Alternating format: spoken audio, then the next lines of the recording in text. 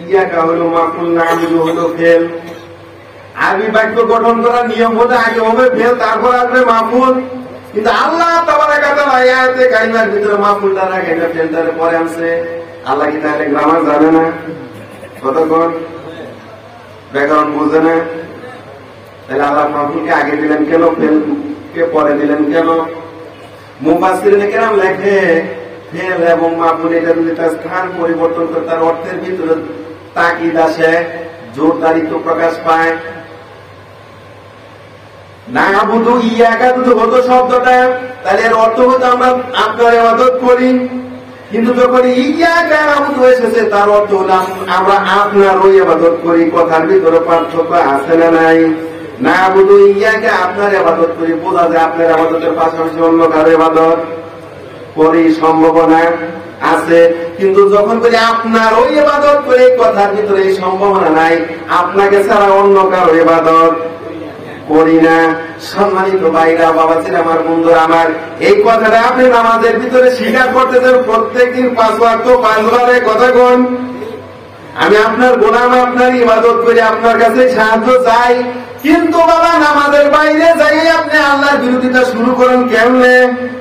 কথা কোন তাহলে কি আপনার গোলাম হিসেবে যে স্বীকৃতি দেন এটা ঠিক আছে? ঠিক নাই। বান্দা যখন সাহায্য চায় আল্লাহ ডাকতে বলে কি সাহায্য চাও? বান্দা বলে ইহদিনাস সিরাতাল মুস্তাকিম, প্রভু আমি সরল সঠিক রাস্তাটা চাই। আল্লাহ বলে এতক্ষণের আলোচনার ভিতরে বোঝা গেল তুমি তো সরল সঠিক রাস্তার উপরে আছো, আবার সরল সঠিক রাস্তা তুমি কি বলতে কি বোঝাও?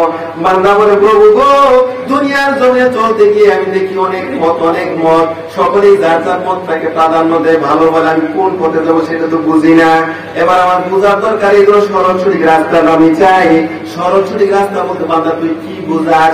বান্দা জবাব দেয় সিরাতাল্লাযীনা আন'আমতা আলাইহিম, ও প্রভু আমি তাদের রাস্তা চাই যাদেরকে তুমি নিয়ামত দ্বারা পুরস্কারিত করেছো, ধন্য করেছো, তাদের রাস্তা চাই। মুফাসসিরিনে কেরাম বলেন নিয়ামত দিয়ে আল্লাহ যে পুরস্কৃত করেছে তাদেরকে তারা হলেন 4 শ্রেণীর মানুষ। কয় শ্রেণীর? 4 শ্রেণীর। 1 নম্বর হল নবীগণ, 2 নম্বর শহীদগণ, 3 নম্বরে সালেহগণ, 4 নম্বর হল সিদ্দিকগণ। বাবাজিরা, আমার বন্ধুরা আমার, তাহলে এই 4 শ্রেণীর মানুষের রাস্তা আপনি চাচ্ছেন, সেই রাস্তা চাচ্ছেন, শুধু তাই না আরো আল্লাহর কাছে পানা চাচ্ছেন। আল্লাহ তাদের পথ থেকে পানা চাই, তাদের প্রতি অভিসম্পাদ করেছো, লানত করেছো, তাদের কথা আমি চাই না। এই মাগদুব বলতে মুফাসসিরিনে কেরাম বলেছেন 2 জাতি, একটা হলো ইহুদি আরেকটা হলো খ্রিস্টান। ইহুদিরা হলো ধ্বংসপ্রাপ্ত। কেন? তারা উযাইর আলাইহিস সালামকে আল্লাহর পুত্র বলে, এই তো তারা অভিশপ্ত। খ্রিস্টানরাও ধ্বংসের মধ্যে অভিশপ্ত, এই জন্য তারা ঈসা আলাইহিস সালামকে আল্লাহর পুত্র বলে সম্বোধন করে, তারাও ধ্বংসের ভিতরে আছে। বলে আল্লাহ তোমার কাছে ওই জাতির থেকে পানা চাই, তাদের রাস্তা আমি চাই না। আল্লাহ তারা পথভ্রষ্ট থেকে তুমি বাঁচাও। এই জন্য আল্লাহর কাছে আমরা নামাজের সূরা ফাতিহা শেষে কি বলি? আমি অত কি আল্লাহ কবুল করো। এতক্ষণ সময় আল্লাহর কাছে প্রার্থনা করলাম। বাবাজি তুমি যে নামাজের ভিতরে কথাগুলো বলতেছো এটা কি তোমার খেয়াল আছে? কথা বল, নামাজের ভিতরে তুমি কি পড়তেছো এটা কি তোমার খেয়াল আছে? কি বললো আল্লাহ এটা তোমার খেয়াল নাই? নামাজ তুমি পড়তেছ, নামাজের ভিতরে কি পড়তেছো এটা বুঝো না। বুঝে শুনে তোমাকে নামাজ পড়া লাগবে। বুঝে শুনে যদি তুমি নামাজে বাবা দাঁড়াও তাহলে তোমার নামাজের ভিতরে অবশ্যই ধীরস্থিরতা আসবে। কথা কোন ঠিক কিনা? সম্মানিত হাজির, আমার কথা কি বুঝার চেষ্টা করবেন? অসুবিধা লাগতেছে? খারাপ লাগতেছে? সম্মানিত হাজির, বাবাজির আমার বন্ধুরা আমার, নামাজের 3 নম্বর শিক্ষা হলো নামাজে ইমাম নির্বাচন করতে হবে যোগ্য থেকে, সৎ থেকে বেছে বেছে। কি দেখে? যোগ্য থেকে, সৎ থেকে বেছে বেছে। যাকে তাকে কি আপনাদের মসজিদের ইমাম বানাবেন? যাকে ইমাম বানাবে তাকে লক্ষ্য করবেন আগে মাথার দিকে সুন্নত আছে কিনা। কথা বলুন, গায়ের দিকে লক্ষ্য করবেন সুন্নত আছে কিনা, মুখের দিকে লক্ষ্য করবেন সুন্নত মানে কিনা, এরপরে লক্ষ্য করে দেখবেন সে শরীয়ত মোতাবেক চলে কিনা। কোন ঘুষখু যদি ইমাম সাহেব এসে নামাজের জন্য আপনাদের ইমামতি করতে চায় রাখবেন।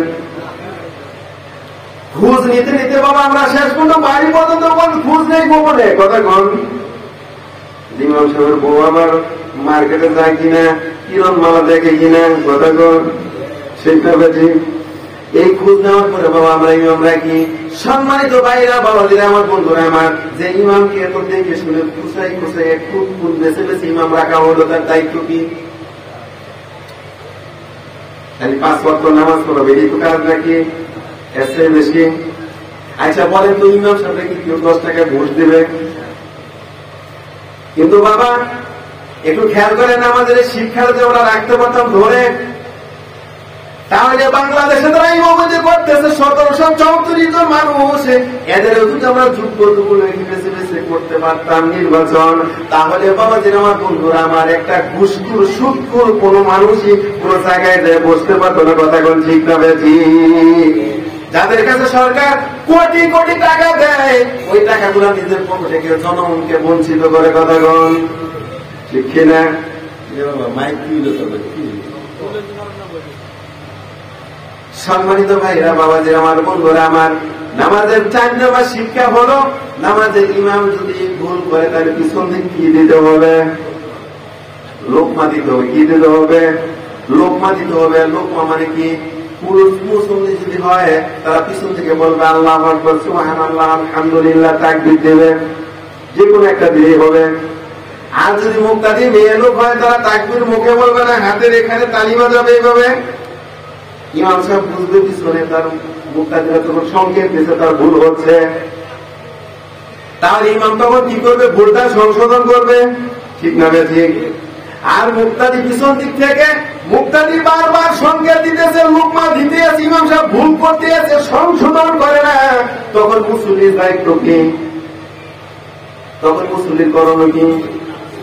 মুসল্লির করণীয় হলো ইমাম বাদ দেওয়া, নতুন ইমাম রাখা। কথা গণ বাবাদের আমার, বন্ধুরা আমার, এমন ইমাম যদি তোমার আমার সমাজ রাষ্ট্র চালায়, বারবার ভুল করে কোরআন হাদিসের বিপক্ষে চলে যায়, তোমরা যখন বাংলাদেশের 18 কোটি জনতা তোমরা মুক্তাদি, তোমাদের লোকমাদি ইমামকে পরিবর্তন করতে হবে। কথা কোন কত ভুল সংশোধন করো, তাহলে পরিবর্তন হয়ে যাও। কথা কোন ঠিক কিনা? সম্মানিত হাজিরিন, বাবাদের আমার,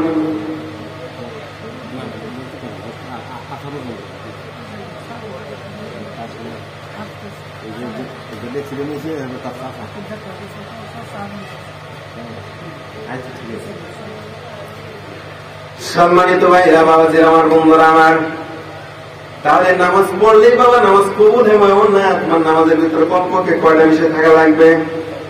4টা। মন থাকবে। সম্মানিত ভাইরা, বাবাজি আমার, বন্ধুরা আমার, এই জন্য কথাগুলো বললাম। আজকে আমরা নামাজ পড়ি কিন্তু নামাজের উপরে কি করতেছি এটা খেয়াল করি না। কথা কোন ঠিক কিনা? সম্মানিত হাজিরিন, বাবাজি আমার, বন্ধুরা আমার, যে কথাটা বলতেছিলাম, তাহলে আল্লাহ তাবারাকা তাআলা বলছেন কোরআনুল কারীমের সূরাতুল মুদ্দাসসিরের ভিতরে, তারা সকলেই এক বাক্যে জবাব দিবে, আমরা জাহান্নামের সাকারে দরজাতে ঢুকছি। 1 নম্বর কারণ হলো আমরা কি ছিলাম না? নামাজি ছিলাম না।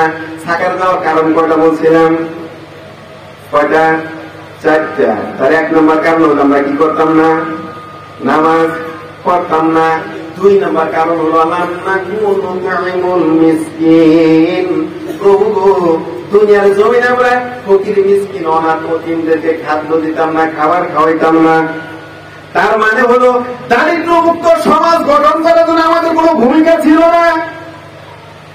আমরা কোনো কাজ করতাম না, নিজের পেট কেমনে বলবে চিন্তা ভাবনা করেছি। সম্মানিত হাজিরিন, বাবাজির আমার, বন্ধুরা আমার, বাংলাদেশের জননেত্রী শেখ হাসিনাকে ধন্যবাদ দিতে একটা কারণে, তিনি একটা প্রকল্প হাতে নিয়েছেন, 1টি বাড়ি 1টি খামার। নিচে কিনা? 1টি বাড়ি 1টি খামার। এই প্রকল্পের মাধ্যমে একটা পরিবার সচ্ছল হতে পারে। কিন্তু আফসোসের বিষয় হলো, যাদেরকে দায়িত্ব দেওয়া হয়েছে, বাজেট দেওয়া হয়, আগে গিয়ে বসে থাকে, জনগণের কাছে পৌঁছায় না। কথা কোন পৌঁছায় না। সম্মানিত ভাইয়েরা, জননেত্রী শেখ হাসিনা তো এই 64 ডিস্ট্রিক্টে যায়, জনগণের ধারে ধারে দায়িত্ব পালন করা সম্ভব না। ঠিক কিনা?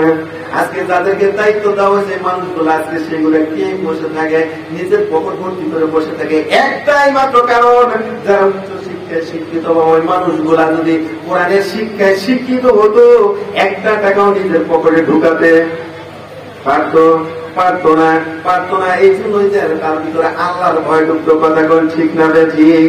সম্মানিত হাজিরিন বাবাজির আমার বন্ধুরা আমার, কেউ যদি ভালো কাজ করে তাকে সহযোগিতা অবশ্যই করা লাগবে। আপনার দল দেখার দরকার নাই। কেউ যদি ভালো কাজ করে সে বিএনপি হোক, আমলি হোক, জামাত হোক, কোনো কথা নাই, ভালো কাজ যেই করবে তাকেই সাপোর্ট করা লাগবে। এটাই হলো মুমিনের কাজ। কথা কোন? সম্মানিত ভাইরা বাবাজির আমার বন্ধুরা আমার, এই জন্য দারিদ্র্যমুক্ত সমাজ গঠন করার জন্য আজকে আমাদের ভূমিকা দরকার আছে কি নাই? আজকে সমাজের একটা মানুষ আমরা সেদিকে খেয়াল করি না, নিজে খেয়ে পরে বাঁচবো কি করে সেটা চিন্তা করে। ব্যাংকে টাকা পরে পরে ছাতা ধরে গেছে, অথচ বাইরে অত্যন্ত গরিব, তার ছেলে পরীক্ষা দিতে পারে না, ফিস দিতে পারে না, 2 টাকা কোনোদিন দেয় না। মেয়েটা বিয়ে যুক্ত হয়েছে, টাকা ব্যাংকে ছাতা ধরে গেছে, 2 টাকা দিয়ে মেয়েটা বিয়ের ব্যবস্থা করে দেয় না। কিসের মুসলমান তুমি? নামাজ পড়লেই তোমার নামাজ কবুল হবে না? জাহান্নামের কোনটা তোমার জন্য রেডি? জাহান্নাম কোনটা রেডি?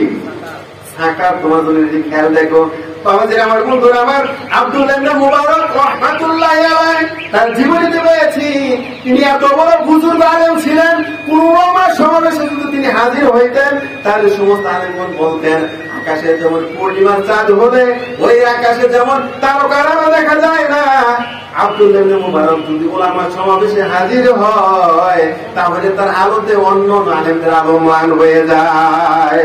সুবহানাল্লাহ। এত বড় আলেম আব্দুল্লাহ ইবনে মুবারক, তিনি হজের উদ্দেশ্যে বেডিং পত্র গোল করতেছে, হজে যাবেন। এমন সময় তার 7 বছরের একটা বালক কেঁদে কেঁদে বাড়িতে এসেছে। ছেলেকে ডাকতে বলে, বাবা কাঁদো তো, কি হয়েছে? ছেলে বলে, বাবা গো, ওই পাশের বাড়িতে গোশত রান্না করে খাইতেছে, আমি চাই না, মরা দিও না, গলা ধাক্কাতে বের করে দিয়েছে। আব্দুল্লাহ ইবনে মুবারকের মনটা খারাপ, ছোট্ট একটা বাচ্চা গেছে, একটু করে গোশত দিলে ওদের কি ক্ষতি হতো। ছেলের কান্না বন্ধ করার জন্য হাত ধরে ওই বাড়িওয়ালার বাড়ির সামনে যে সালাম দিয়েছে, আসসালামু আলাইকুম ইয়া হালাল ভাই। এখানে একটা শিক্ষা আছে, লক্ষ্য করেন। ইসলাম থেকে খুব সুন্দর একটা বিধান আল্লাহ তাবারাক ওয়া তাআলা ঘোষণা করেছেন, ইয়া আইয়ুহাল্লাযীনা আমানু লা তাদখুলু বুয়ুতান গায়রা বুয়ুতিকুম হাত্তা তাস্তানিসু ওয়া তুসাল্লিমু আলা আহলিহা। আল্লাহ তাবারাক ওয়া তাআলা তার কালামুল্লাহ শরীফে ঘোষণা করেছে, হে মুমিনরা, হে ঈমানদাররা, তোমার নিজের বাড়ি হোক বা অন্যের বাড়ি হোক, বাড়ির ঢোকার আগে সালাম দিলে, অনুমতি নেবে, তারপর বাড়িতে ঢুকবে। কার বিধান? কথা কর, কার বিধান? আল্লাহর বিধান। আপনার আমার দিকে খেয়াল করেন, আমি কি বলছি এটা আপনার মনেও বুঝছি। সম্মানিত ভাইরা, তাহলে আল্লাহ তাআলা বিধান দিয়েছে, তোমার নিজের বাড়ি হোক বা অন্যের বাড়ি হোক, ঢোকার আগে কি করবা? সালাম দিবা, তারপরে কি করবা? অনুমতি নেবার ভিতরে ঢুকবা। কিন্তু আজকে আমরা যার তার বাড়িতে ঢুকে পড়ি, সালাম কালামের কোন ব্যবস্থা আছে? শুধু তাই না বাবা, আল্লাহ রাসূলের এক সাহাবী আল্লাহ রাসূলকে জিজ্ঞেস করে, ইয়া রাসূলুল্লাহ, হাবিবাল্লাহ, আমার মায়ের ঘরে ঢুকতে আমাকে অনুমতি নিয়ে ঢুকতে হবে। আল্লাহ রাসূল বলে, হ্যাঁ, তোমাকে অনুমতি নিয়ে ঢুকতে হবে। ডাকতে বলে, ইয়া রাসূলুল্লাহ, আমি তো মায়ের খেদমত করি। আল্লাহ রাসূল বলে, সাহাবী রে, তুই কি চাস তোর মাকে তুই উলঙ্গ দেখতে ভালোবাসিস? সাহাবী বলে, কোশ্চিন কালো না, তাহলে মায়ের কাছে অনুমতি নিয়ে ভিতরে ঢুকবি। সুবহানাল্লাহ। ইসলাম কত সুন্দর বিধান দিয়েছে। এই জন্য আজকে ইসলাম আমরা বুঝি কোন ভাবে, নিজের দিকে লক্ষ্য করে বুঝি, কিন্তু আসলে ইসলাম যেভাবে বোঝা দরকার সেইভাবে আমরা বুঝি। ঠিকটা হয়েছে। সম্মানিত হাজির, কথা বলা ওয়াইজেন এসে গেছে।